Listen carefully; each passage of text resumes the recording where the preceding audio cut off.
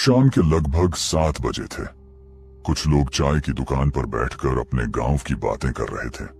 अरे रघुवीर, हमारे डाकघर में आज आनंद नाम का एक कर्मचारी आने वाला था, लेकिन अभी तक नहीं पहुंचा।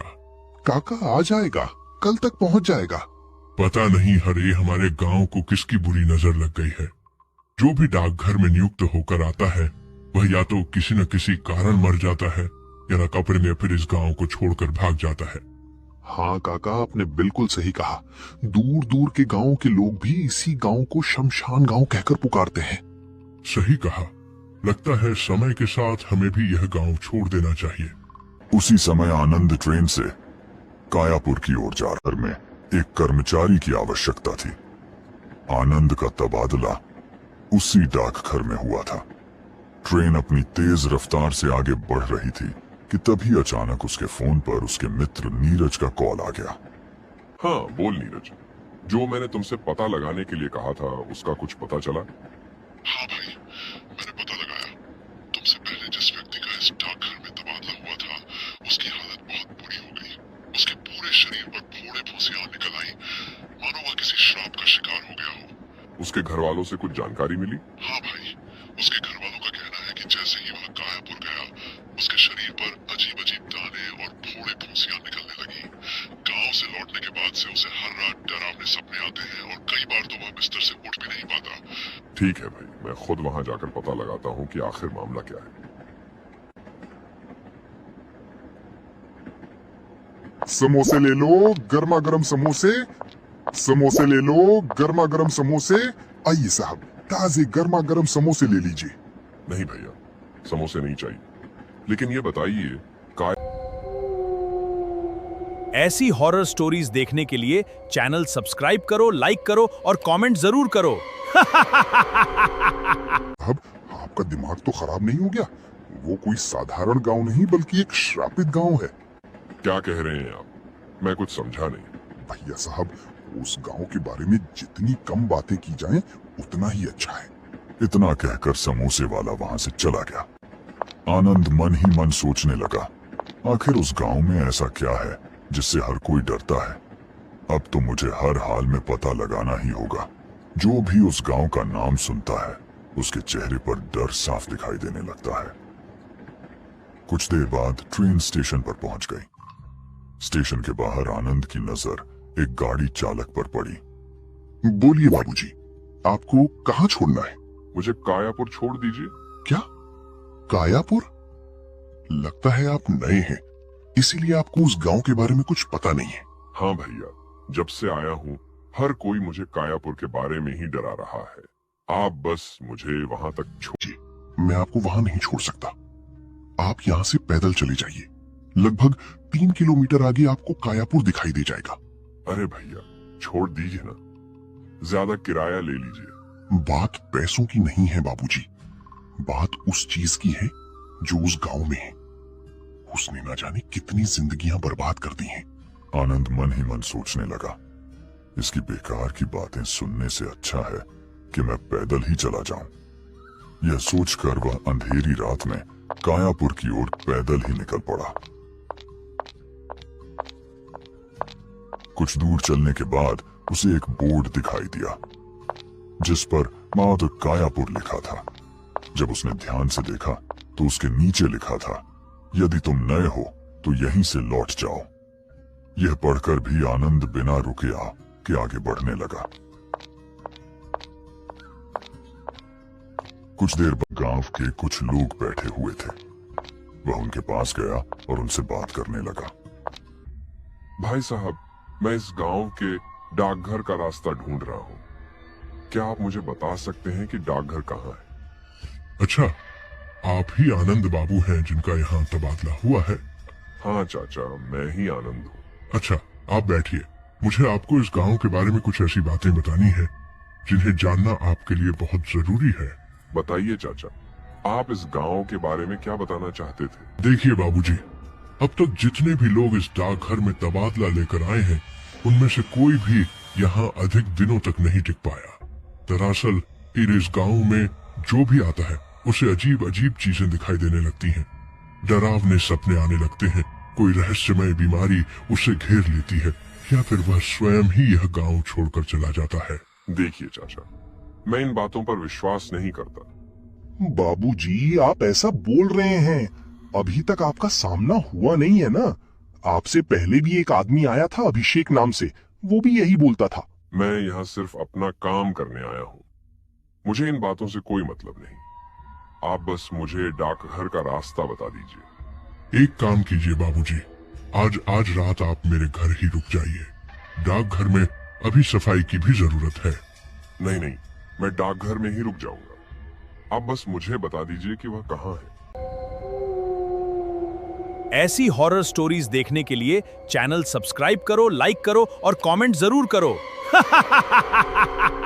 को डाकघर तक पहुंचा देता हूँ। आनंद उस बुजुर्ग के साथ चलने लगा। उसे जरा भी अंदाजा नहीं था कि इस गांव में कदम रखते ही उसके साथ ऐसी भयानक घटनाएं घटने वाली थीं, जिनका सामना करना उसके लिए आसान नहीं होगा।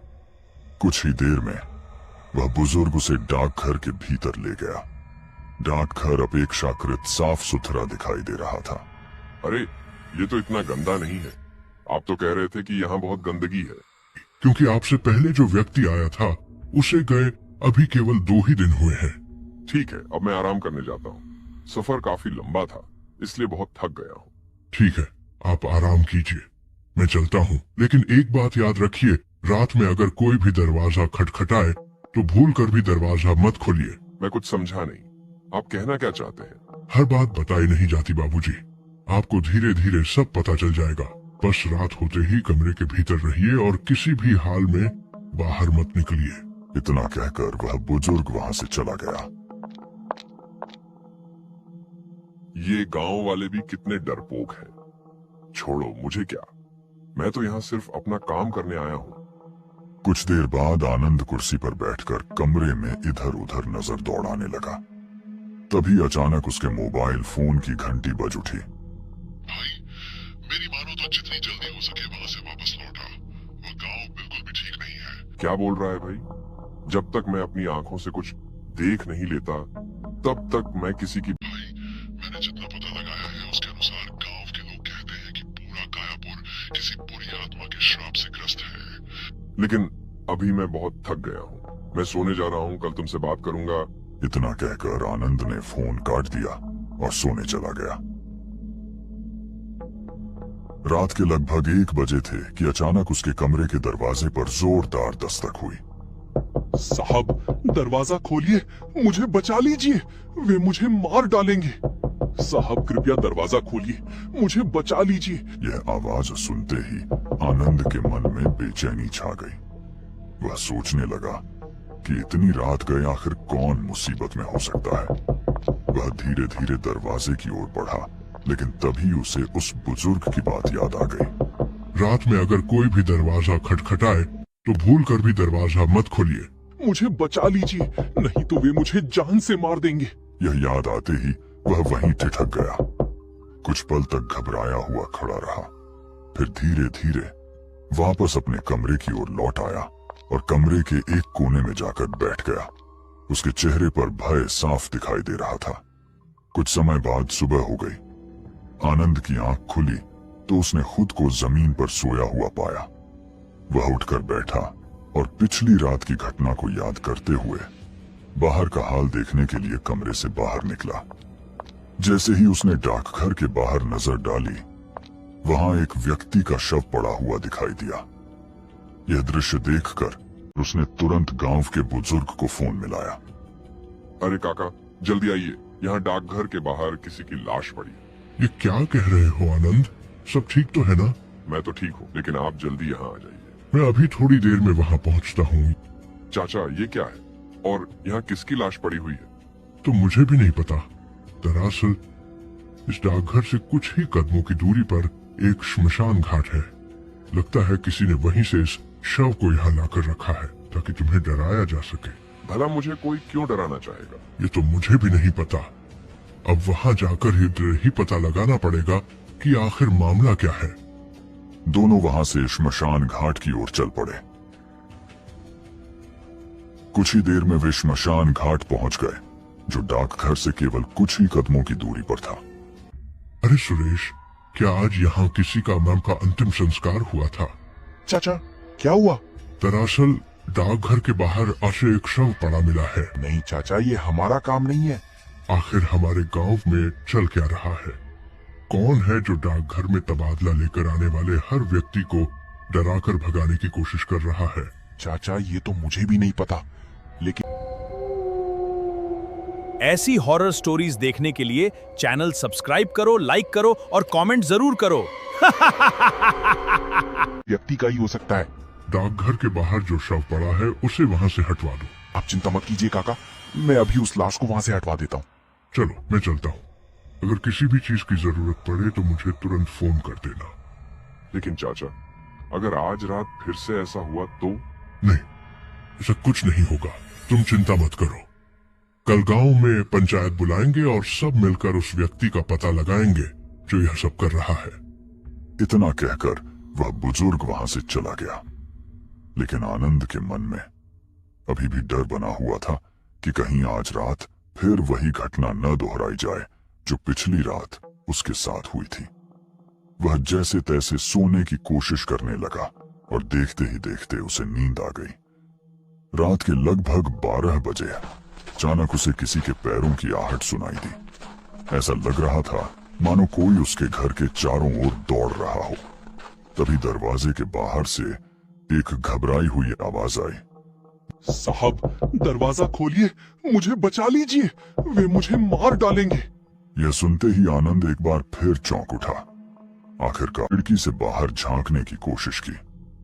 बाहर नजर डालते ही उसने देखा कि वही व्यक्ति जिसे उसने श्मशान घाट के पास देखा था उसके घर की ओर बढ़ रहा था और इशारों से उसे बाहर आने के लिए बुला रहा था। आनंद अनजाने में उसके पीछे पीछे चल पड़ा। चलते चलते वह फिर उसी श्मशान घाट तक पहुंच गया। तू ये सब क्यों कर रहा है? गांव के लोगों को डराने की कोशिश क्यों कर रहा है? मैं कल सुबह ही सबको बता दूंगा कि ये सब तुम कर रहे हो। जा, जिसे बताना है बता दे। जिस जगह आज डाकघर बना हुआ है वहां कभी मेरा घर हुआ करता था, लेकिन गांव वालों ने मेरा घर छीन लिया और उसी जगह डाकघर बनवा दिया। मुझे गांव से निकालकर शमशान घाट के पास रहने के लिए मजबूर कर दिया। आज भी गांव का कोई व्यक्ति मेरी मदद नहीं करता, इसीलिए मैं लोगों को डराता हूँ ताकि उन्हें भी वही दर्द महसूस हो जो मैंने सहा है। तभी देखते ही देखते आनंद के चारों ओर अनेक भयावह आत्माएं दिखाई देने लगी। यह दृश्य देखकर उसके पैरों तले जमीन खिसक गई। भय के मारे उसकी आंखों के आगे अंधिनीथी अंधेरा छा गया और वह वहीं बेहोश होकर गिर पड़ा। अगली सुबह जब उसकी आंख खुली तो उसने स्वयं को अपने कमरे में लेटा हुआ पाया। अब वह समझ नहीं पा रहा था कि पिछली रात जो कुछ हुआ वह हकीकत थी या केवल एक डरावना सपना। मैं अब इस गांव में एक पल भी नहीं रुकूंगा। आखिर सब लोग सही ही कहते हैं, ये गांव सचमुच श्रापित है। आज ही मैं यहाँ से हमेशा के लिए चला जाऊंगा। इसके बाद आनंद ने अपना बैग उठाया और हमेशा के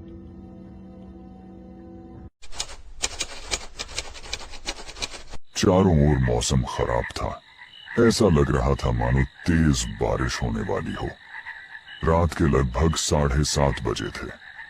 गांव की छोटी बड़ी लगभग सभी दुकानें बंद हो चुकी थीं।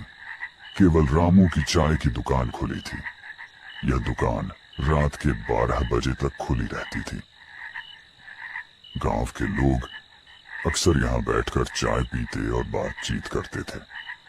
उसकी दुकान पर लगभग हर समय कोई न कोई बैठा रहता था। अरे राघव, लगता है काफी तेज बारिश होने वाली है। हाँ रमेश, इस साल तो सारी फसलें खराब हो जाएंगी। हाँ यार, ये तो सही कहा, पर भाई मछलियां भी तो खूब मिलेंगी ना। भाई मैं उस तालाब में नहीं जा रहा। पता नहीं उस तालाब में आए दिन कितने लोग डूब चुके हैं और उसके अंदर की मछलियां क्या खाती हैं ये भी तुझे नहीं पता। हाँ भाई सही कहा, छोड़ फिर कहीं और चलेंगे। और भाई काकी कैसी है? हाँ भाई, उस बात को तो काफी समय हो गया, अब तो ठीक भी हो गई होगी। ये लालन काका कहाँ रह गए? अभी तक आए नहीं। मौसम भी खराब होता जा रहा है। सही कहा, इस समय तक तो काका आ जाने चाहिए थे, लेकिन अभी तक नहीं आए। तभी दूर अंधेरे में लालन काका हाथ में छाता लिए आते हुए दिखाई दिए। अरे काका, आने में इतनी देर कहाँ लगा दी? हम कब से आपका इंतजार कर रहे थे। अरे क्या बताऊं रमेश, छाता ढूंढ रहा था। मौसम खराब है, सोचा साथ ले लूं, पता नहीं कब बारिश शुरू हो जाए। लो, अब तो बारिश भी शुरू हो गई। अच्छा हुआ आप छाता लेकर आ गए। चाचा, चाय लगाऊं? अरे नहीं, चाय मत बनाओ, मुझे शुगर है। डॉक्टर ने चाय पीने से मना किया है। कल ही गया था, उन्होंने शुगर कम करने को कहा है। अच्छा काका, कोई बात नहीं। काका, आज कहानी आप ही सुनाइए, कल रमेश ने सुनाई थी। अच्छा, आज मेरी बारी है। ठीक है, सुनाता हूँ। आज से लगभग 10 से 12 वर्ष पहले एक सड़क दुर्घटना में मेरे माता पिता की मृत्यु हो गई थी। उस समय मैं बहुत छोटा था। उनके जाने के बाद मुझे मजबूरी में काम करना पड़ा। मैं दिन में काम करता था और साथ ही विद्यालय भी जाता था। धीरे धीरे मेरा सारा जीवन फिर से सामान्य होने लगा।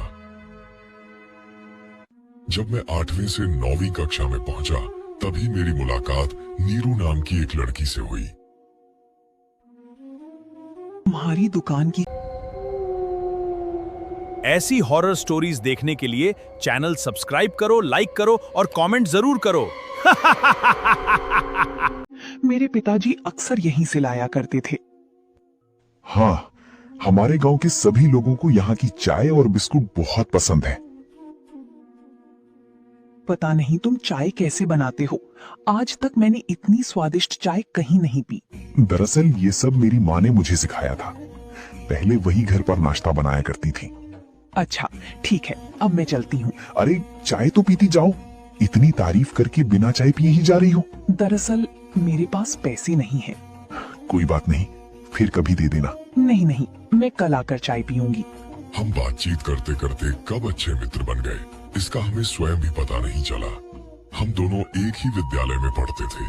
धीरे धीरे हमारी मित्रता और गहरी होती गई। उसके लंबे काले बाल, माथे की छोटी सी बिंदी और मासूम मुस्कान ने मेरा दिल जीत लिया। कुछ समय बाद हमने साथ साथ विद्यालय आना जाना शुरू कर दिया। हमारी मित्रता कब प्रेम में बदल गई, इसका एहसास हमें भी नहीं हुआ। लल्लन, कभी अपनी माँ से मिलवाना, मैं भी उनसे मिलना चाहती हूँ जिन्होंने तुम्हें इतना अच्छा बनाना सिखाया। दरअसल मेरी माँ अब इस दुनिया में नहीं है। यह सुनकर नीरू को बहुत दुख हुआ। विद्यालय की पढ़ाई पूरी होने के बाद मुझे कोलकाता विश्वविद्यालय में प्रवेश मिल गया। आगे की पढ़ाई और नौकरी के कारण मुझे कोलकाता जाना पड़ा। हम दोनों चिट्ठियों और कभी कभी फोन के माध्यम से एक दूसरे के संपर्क में बने रहते थे। जब मैं गांव लौटा, रास्ते में मेरी मुलाकात मेरे मित्र रघु से हुई।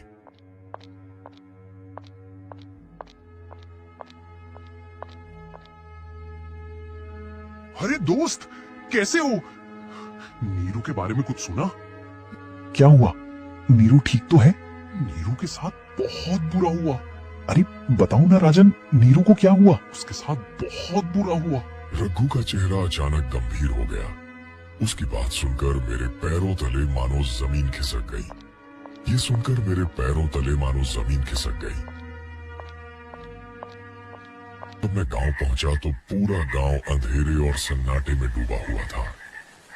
न कहीं कोई रोशनी थी और न ही किसी इंसान की आवाज सुनाई दे रही थी। जैसे ही मुझे यह पता चला, मैं पागलों की तरह नीरू को ढूंढने के लिए उसकी हवेली की ओर दौड़ पड़ा।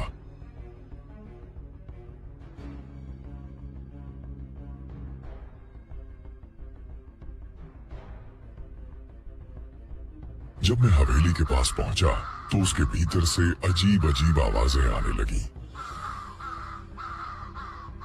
फिर जैसे ही मैं हवेली के अंदर गया, मैं बार बार नीरू को पुकारता रहा, लेकिन चारों ओर केवल खामोशी ही थी। तभी अचानक अंधेरे में एक भयावह हंसी गूंज उठी। मेरा पूरा शरीर डर से कांपने लगा।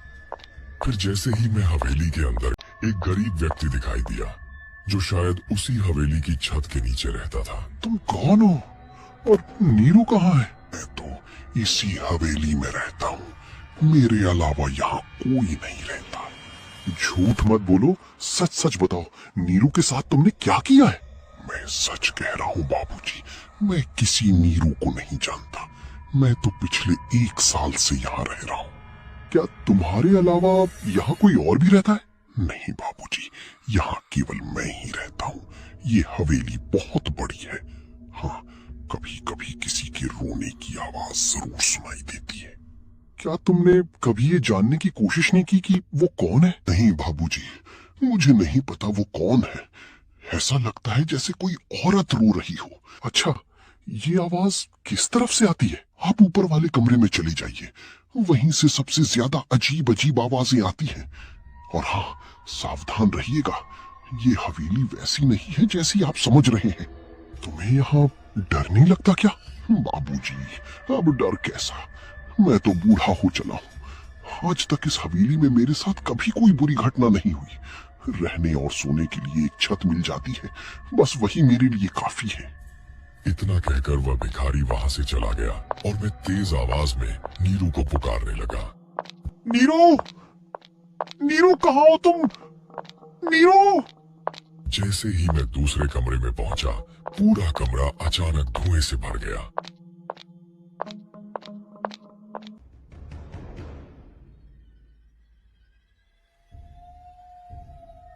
अभी पीछे से किसी ने मेरे कंधे पर हाथ रखा। मैंने जैसे ही पलट कर देखा, वह भयावह दृश्य देखकर तुरंत बेहोश हो गया। जब मुझे होश आया तो मेरे कानों में लगातार एक आवाज गूंज रही थी। मैं ही नीरू हूँ। अब मैं मर चुकी हूँ।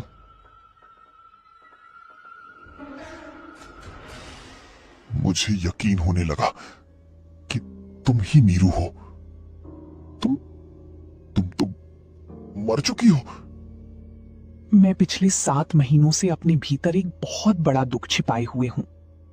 जब मैं घर लौट रही थी, तभी रास्ते में धनीराम का बड़ा बेटा मिला। वो मुझसे उम्र में काफी बड़ा था। उसने मेरा रास्ता रोक लिया और कहा, अरे नीरू, तुम कहाँ जा रही हो? क्यों? आप क्यों पूछ रहे हैं? मैं कहीं भी जाऊं उससे आपको क्या मतलब? मैं इसलिए पूछ रहा हूँ क्योंकि तुम मेरी होने वाली पत्नी बनोगी। क्या मजाक कर रहे हैं आप? ऐसा कब तय हुआ? जाकर अपने पिताजी से पूछो, उन्हें इसके बाद। ये सब झूठ है। अपनी उम्र देखिए और मेरी उम्र देखिए। आप मुझसे काफी बड़े हैं। ये बात तुम्हारे पिता को पहले सोचनी चाहिए थी, और कल से तुम्हें स्कूल जाने की कोई जरूरत नहीं है। पिताजी ने धन के लालच में मेरी शादी उससे कर दी, क्योंकि वो बहुत अमीर था। मैंने अपने पिताजी को बहुत समझाने की कोशिश की कि मैं ये शादी नहीं करना चाहती, लेकिन उन्होंने मेरी एक नहीं सुनी और जबरदस्ती मेरी शादी उससे करवा दी। मानसिंह का स्वभाव बहुत खराब था। उसकी पहले भी कई शादियां हो चुकी थीं, लेकिन उसके बुरे व्यवहार के कारण उसकी सभी पत्नियां उसे छोड़कर चली गई थीं। इसके बावजूद उसने किसी तरह मुझसे जबरदस्ती शादी कर ली। उसके बाद मेरे ऊपर आए दिन अत्याचार होने लगे। मैं मानसिक और शारीरिक रूप से पूरी तरह टूट चुकी थी। हर दिन का जीवन मेरे लिए असहनीय होता जा रहा था। अंततः एक दिन मैंने ऐसा कदम उठा लिया जिसने हम दोनों की जिंदगी हमेशा के लिए बदल दी। मैंने उसके भोजन में जहर मिला दिया और स्वयं भी जहर खा लिया, क्योंकि मैं उन लगातार हो रहे अत्याचारों से पूरी तरह निराश और हताश हो चुकी थी। इसके बाद उसने खुद भी जहर पी लिया। मरने से पहले उसने कहा, मैं तुमसे बहुत प्यार करती थी। मैं नहीं चाहती थी कि मेरी वजह से तुम्हारी जिंदगी भी बर्बाद हो, इसलिए मैं तुमसे कभी कुछ कह नहीं सकी। मुझे गलत मत समझना। नीरू और उसकी दर्द भरी कहानी आज भी मुझे रुला देती है। उस दिन के बाद से मैं समझ गया कि सच्चा प्यार कभी मरता नहीं।